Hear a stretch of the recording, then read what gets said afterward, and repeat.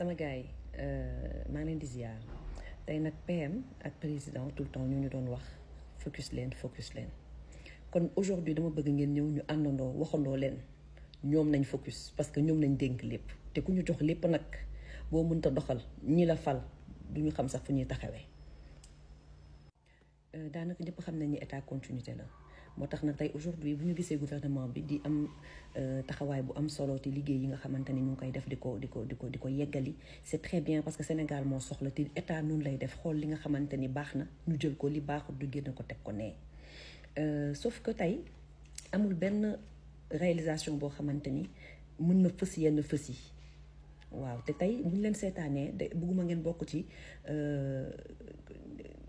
gouvernement yi nga xamante ni dañuy ñëw di wax waxu chiffre rek di liggéey di def chiffre effectivement mais population bi am na fu muy bëgg a déggee bu fa déggeewul rek dootul gisati li nga def surtout que une population boo xamante ni du ñu jug di leen éduquer parce que ay xale lañu jeunes yee fi ëpp. léegi nag boo nekkee état nga maîtriser woon trop li nga xamante ne mooy sa communication avant bi nga nekkee à l'opposition bi nga ñëwee nga gis ni yaa ngi adopter les méthodes traditionnelles c'est parce que y a un problème aujourd'hui am na lu bëri loo xamante ni teg nañ ko mais mënul sax feeñ parce que environnement bi c'est pas propice voilà man toog naa jël retrait di déglu di xool mais gisuma daal vraiment am na mais il y a des actions qui sont posées mais vraiment je pense que ce sont des actions assez insignifiantes parce que réew nag pour nga mën a liggéey sérieusement il faut maîtriser ta jeunesse il faut maîtriser ta souveraineté éducative c'est important sans l'éducation mais on ne peut aller nulle part et aujourd'hui on ne peut pas asseoir en fait li nga xamante ni mooy la défense de la souveraineté bi nga xamante ne président mu ngi koy jaay fépp la souveraineté numérique mais aujourd'hui je pense que il faut que ñu xoolaat suñu éthique c'est important suñu ay valeurs parce que aujourd'hui on est en train de corrompre notre jeunesse on est en train de vraiment corrompre ce legs bi nga xamante ni ça ne nous appartient pas parce que oui on a une éducation boo xamante ni elle est importée dommage que léegi nañ koy xam bu ñu si daan nekk ñun nekk xale doo ko gis mais c'est après que ngay xam ni vraiment effectivement li mag ñi wax que dafa am que roy bi bëri na parce que xale yi dañuy dem ba duñu amati repère moo tax foofu laay terminer ci balaa vidéo bi di jeex parce que dañ ko doon defaat nii ndax dafa doon dagg ñu mun ko def benn wala ñaari vidéo yu 15 maximum voilà yu 15 minutes quoi. Peut-être qu'aujourd'hui le Sénégal n'est pas vraiment en crise mais nos sociétés sont en crise notre jeunesse est en crise l'éducation est en crise et les réseaux sociaux pour couronner le tout en fait exposent nos failles. Il y a eu un problème, il y a eu des failles, il y a eu vraiment quelque chose qui nous a échappé mais lan la l'éthique se perd, les comportements se dégradent et apparemment ça ne dérange pas grand monde et aujourd'hui en fait il faut qu'on puisse asseoir notre souveraineté mais éducative. On a un héritage à léguer. Il faut qu'on puisse maîtriser en fait notre langage suñu aada ñu maîtriser suñu cosaan parce que société bi comme ni ma ko doon waxee sànq dafa jaxasoo kenn mënatul gis sa bopp ci société bi te déjà l'environnement en fait n'est pas propice dëkk bi dafa da ngay mel ni ko xatte sa propre dëkk en fait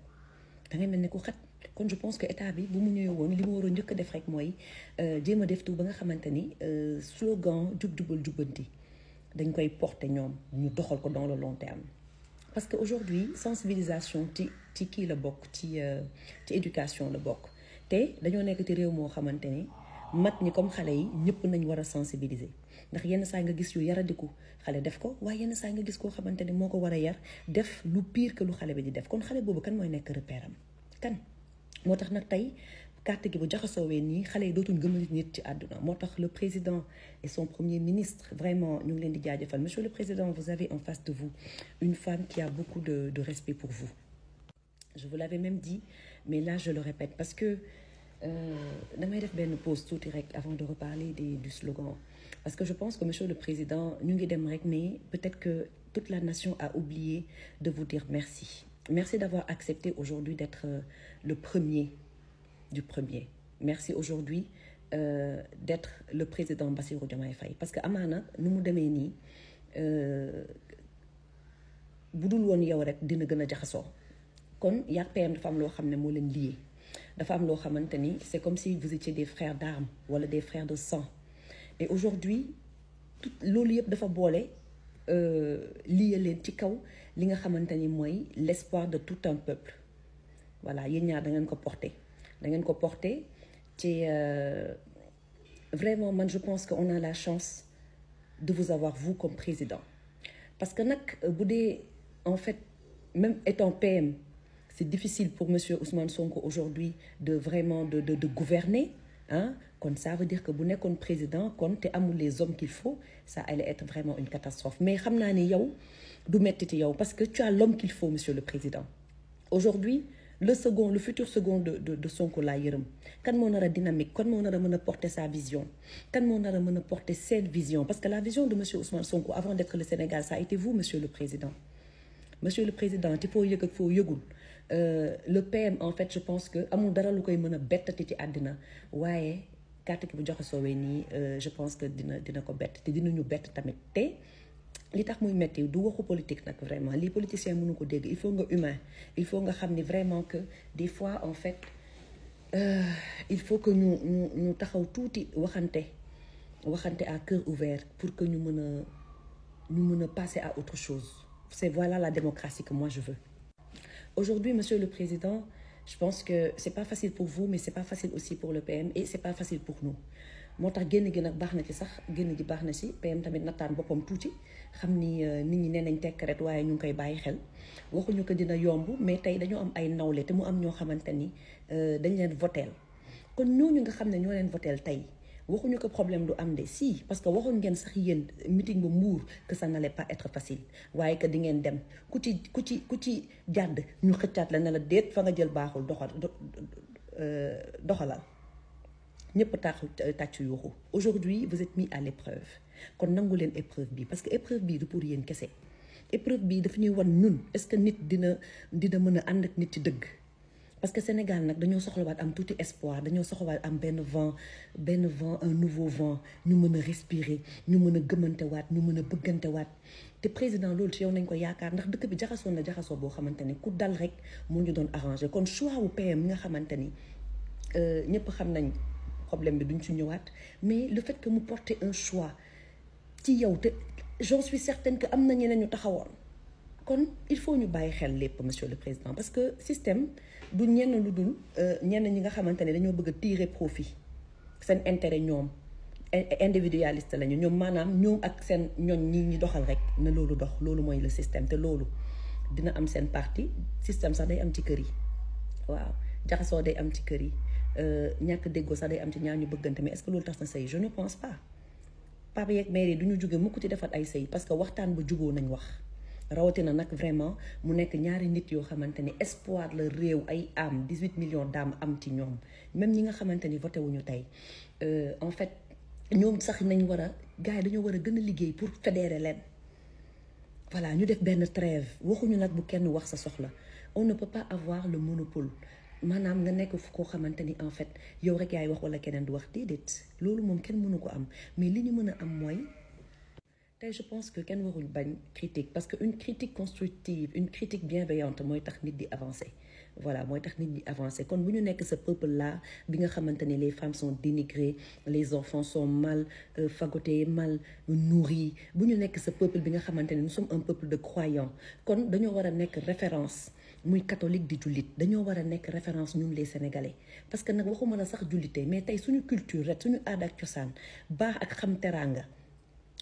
mu ngi ñuy réer kon on est en train de corrompre notre en fait ce peuple là te gis nga bu ñu ko xasee ba corrompre yegg ci degré boo xamante ni wallahi bu ñu fi amoon sax yonent bu fi nekk bu fi nekk wallahi yërmande yàlla bu waree wàcc di ngeen xam ne ñun ay jaam kese lañu bu ñu fa yegg am na ñoo xamante ne bëgguñu jàmm bu ñu fa yegg nañ ñu yërëm aujourd'hui même au Sénégal des gens veulent donner leur avis ils ont même peur de se faire insulter parce que wax yombul dinañ la attaquer fu nekk dinañ la wax loolu ne mais loolu yëpp amul solo de suñu der yi amul solo mais nag ay xol nañ yor kon xol yi bu mu yàqu bu xolu sénégalais yi yàqu ci PM wala ci président ñun yéen nañu am. léegi nag balaa ñuy mën a tëj ñu daal di waxtaanee li nga xamante ne mooy problème yi am ci hôpitaux yi da ngay dem urgence turu urgence doo nga fa ne on te traite pas bien on te traite très mal et aussi du ñu yem seulement ci patients yi sax ça veut dire que service bi ñuy joxee ci service public yi vraiment qualité service bi c'est médiocre les Sénégalais le savent dañoo xamul nu ñu leen di def rek yéen ngeen foo ne que nit ñi duñ leen wax dara wala mais loolu àq la sama gars yi àq la kenn baaxul joxewu ma moral kenn am naa lu ma doy mu bëgg tubéy mais li Sénégalais yi wax mooy dëgg dañoo war a assainir fépp ba pare médecins yi tamit boobu ba tey ñu ngi toog di def ay revendications mais nit naka la mënee bëree problème ba pare di mën a faj ak xel mu sell mënta nekk ça ne justifie pas nag quand même le traitement bi nga xamante ne ñenn ñi dañ koy am ak patients yi non rien ne le justifie fii dañoo war a defaat sa éducation pour que nit mën a am amour du travail lépp nañu war a xoolaat parce que sénégalais yi dañuy bëgg liggéey mais boo leen joxee liggéey xool leen seen entourage rek koo jox xarmat wala yenn liggéey yi mais non bu dee 100 ouvriers 10 yi ñooy sérieux bu dee 100 chauffeurs 10 yi ñooy sérieux mais faut pas qu'on soit du nombre vraiment des perdants non am nañu élite nit ñi fii macha allah les sénégalais quand même sont instruits sont cultivés mais pourquoi ça ne se reflète pas sur notre mode de vie c'est parce que amuñu éducation bu base bu baax lii rek mooy dëgg bi du neex a wax mais lii mooy dëgg bi agression yi ci réew mi ëpp na te aussi dafa am benn genre mal-être Pastef mooy tey erreur bu ndaw boo ko defee sax dañuy bëgg appliquer automatiquement ci yow mi nga xam ne yaa voté Pastef jubal jubanti c'est très bien mais quand même li ba war a équitable parce que même ñi nga xam ne dañuy jubal yenn saa ñu juum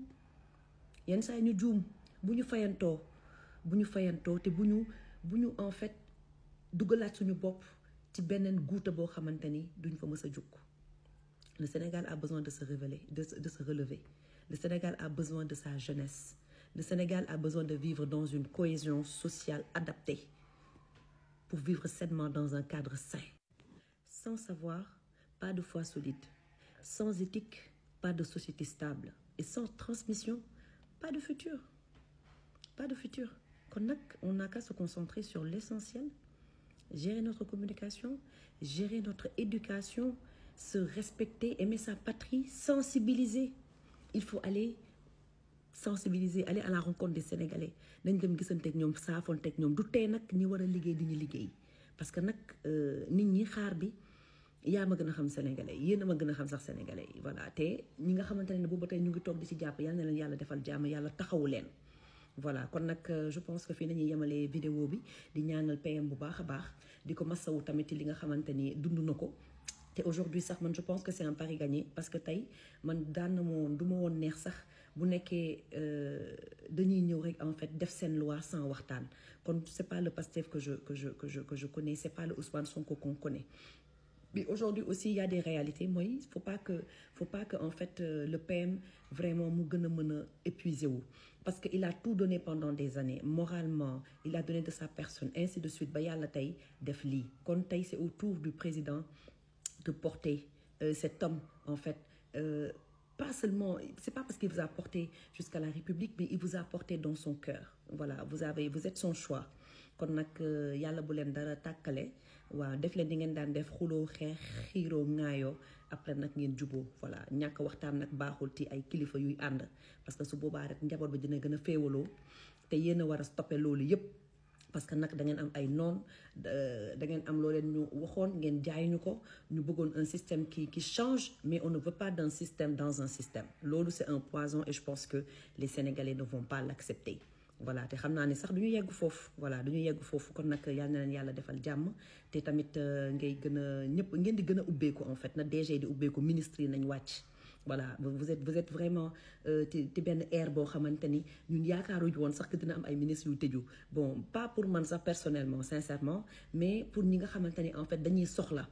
les Sénégalais n'ont plus besoin de connaître quelqu'un pour que seen soxla di faju wala di génne loxo ci poche pour que seen soxla di faju nit boo indee changement sa administration la war a njëkk a feeñ mais dans l'administration on note encore des manquements yoo xamante ne c'est à corriger voilà c'est à corriger kon da ngay alléger un peu vraiment ñu ngi la koy ñaan am nañ droit ñaan lañ ko ndax yaay suñu kilifa voilà ñun ñooy njaboot bi kon doxalal ak sa PM xel yi mën a dal parce que sinon dina nekk benn xaajaloo boo xamante ni taluñu benn guerre interne voilà wala ay problème crypto personnel nañ continuer di doxe di joxe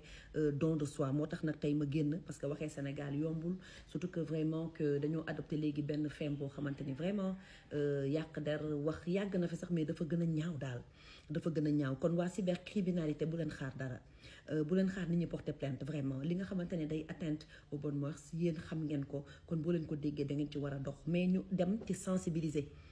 voilà dem ci sensibiliser di waxtaan ak nit ñi tey nit boo koy jàpp sax da nga ko war a jàpp dans le respect dans la dignité ça ne sert à rien de piétiner la dignité de quelqu'un te Sénégal ñun loolu dañ ko mën kon nag maa ngi di jéggalu di leen defal jàmm di leen defal sutura bu baax a baax di leen ñaanal sutura bu baax a baax